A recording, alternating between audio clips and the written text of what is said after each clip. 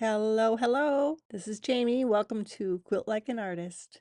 This week I'm going to talk about choosing colors for faces and using values to determine what goes where. But before we get into that, I would like to thank Estelle Center for Creative Arts for sponsoring this video and also inviting me to teach there. I'll be there July of 2026 for 2 weeks. As of this video posting, there is still room in one of the weeks. So I will pop a link here for you if you're interested. Hop in and sign up. If you are thinking this is too difficult, let me just say you can make it simple or you can make it difficult. Just depends on your level of experience and the kind of image you want to create. What I'm going to show you today is kind of in the medium to easy range. I'm not going to show you how I sew these together. That's part of my workshops and part of my online classes, but I am going to show you how I make decisions about color and how that affects the end result. Before we start, I want to talk about some real faces. When I speak of value, I'm speaking of light to dark. And it can be any color. In this case, it's black and white. And typically on a face, and this all depends on where the lighting is, you will have a light forehead, top of the nose, top of the cheek, top of the chin. You will also have shadow around the eye, under the nose, under the lip, sometimes on the sides of the cheeks. And in this image, we see the complete opposite because the light is coming from beneath. So the top of the chin is dark, the under the lip is light, under the nose is light, the top of the nose is dark. So you can see it's reversed. Now, if the light was coming from the side, you would have a complete different effect. So what you have to decide when you're creating your faces is, what are you going for? What's your look?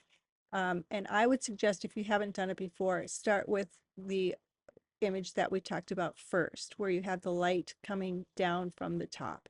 And that's what I'm going to use in my demonstration. So here I have two different color value gradations of potential fabrics I could use. If I want to be sure that I have them in the right order, all I have to do is take a photograph and then turn it to black and white, and it's very helpful in letting you know if you have them in the right value order. And here I have some subtle prints that I'm considering for a face. If I squint at this, I can kind of tell where the darks, the mediums, and the lights are. But if I look at the black and white and then squint again, I think it's a lot easier to determine. So when I look at this, I see two darks, two mediums, one for sure, and the rest are all lights. And when I say one for sure, I am looking at the dotted one. That for sure is a medium. If I'm looking at that light orange one and I'm looking at it in color, to me, it says it's a medium. But when I look at it in black and white, I'm like, that's actually a light. And actually, it could work in as either one, light or medium, depending upon what else you're putting next to it. So once again, this is something that you're going to have to determine as an artist. Here is a mock-up of an actual piece. I've used some different fabrics, some cherry wood and some printed. I used this image and traced around it in Photoshop so that I could put colors in and change them around easily to show you the different effects. So here is a half face. I always work in half faces, and this is using only two values. So I have the top of the nose and the forehead lighter than the rest of the face. Here I have added a third value, and I've made around the eye and beneath the cheek and the nose and the lips the third value. And here I've added a fourth value, making the space around the eyes even darker. I actually made the part above the eye darker, but it looked a little bit too much like a raccoon.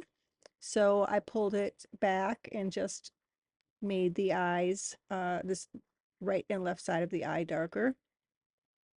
This may look very similar to what you just saw. However, if you look closely, there is a shadow under the nose and under the lip.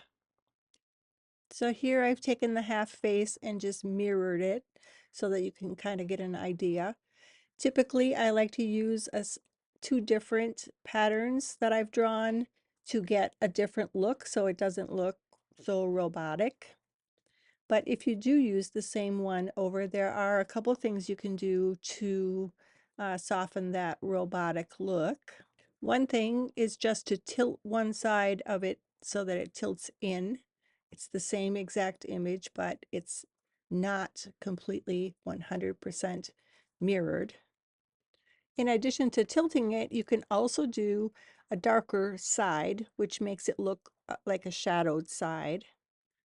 And I think this could be quite successful. A lot of my work has a dark half and a light half. And here's a more exaggerated sample of that. And if you've been following me for a while, you know I like to shift so that they're off, they're kind of askew. So the lips aren't lined up here, the nose isn't lined up here, the eyes aren't lined up. So I really kind of like that, that kind of look. But these are the kind of decisions that you as the artist will have to make. Do I follow these rules? Rarely.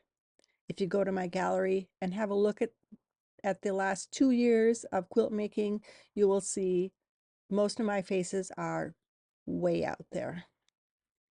So my advice is always the same. Try all kinds of things. If you find something that excites you, do more of that. Eventually, you'll find your way. And if you can handle even a little more excitement, tomorrow, February 1st, we will be kicking off our very first quilt challenge. I will also be announcing tomorrow the fabric collection for the March challenge, not the March challenge, the March challenge. And I'm going to put that in on YouTube here as a short, so you can watch for that. And now I am going to go back to making faces. Sewing and quilting for me is therapy, and it provides me a meditative state at times, and it also is a kind of peaceful corner of my little world. So I'm going there now. I hope you have a place to retreat to and sew. I would like to thank the Estelle Center once again for supporting this channel. And I will put a link here at the end if you would like to check out their website. They have some fantastic retreats coming up in addition to mine. So take care, my friends. I will see you next week.